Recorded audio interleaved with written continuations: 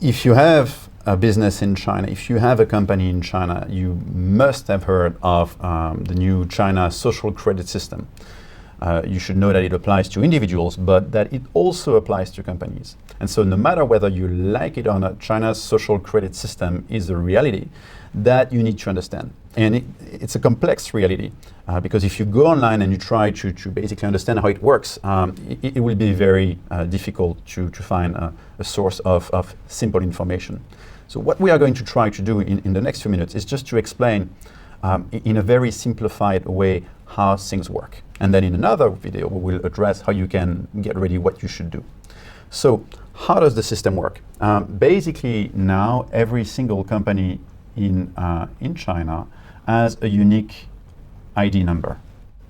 And it's not a small thing because it took a lot of time to implement. And then this ID is being used to identify all companies in their dealing with the government authorities in a large way. So the administrative authorities, the courts, and so on. When companies deal with those government authorities, all the information is captured and sent to a ledger that is known as the general hub and is consolidated there.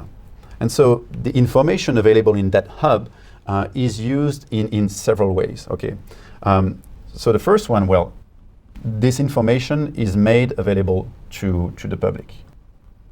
Okay, it's basically available on a website where you can go and find all basic information about a company, but also about whether it was subject to any penalties, any court decisions, all the licenses and approvals that it has. So you have like a comprehensive source of information regarding that company. And the information in the hub is also extracted to generate some lists. And you have basically three types of lists. The red lists, which is the honorable list. So if your company is a good company in the system, then it's on a red list. What is the benefit of being on the red list? Well, your life will be easier.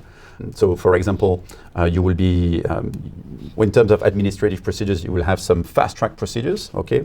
Your company will be subject to less inspections. It will be easier for your company to get access to funding or to public procurement biddings.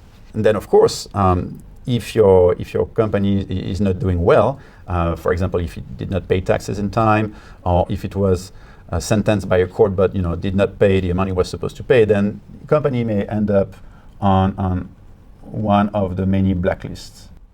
And then, as you can imagine, if your company ends up on a blacklist, it will make its life much more difficult.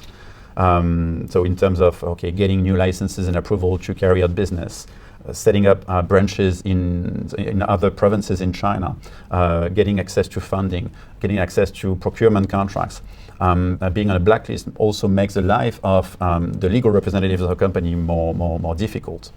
And then next to the red list and blacklist, you have the watch lists. So the watch list, as you can imagine, is for companies who are kind of on probation, but not really on a blacklist yet. And then the information extracted from the hub will be used to create basically a credit rating for each company that will be used by the authorities in dealing with your company. So, you may have various credit ratings based on how your company behave in the overall system.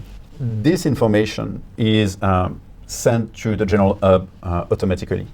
But then a company also has the ability to contribute some information to the hub voluntarily.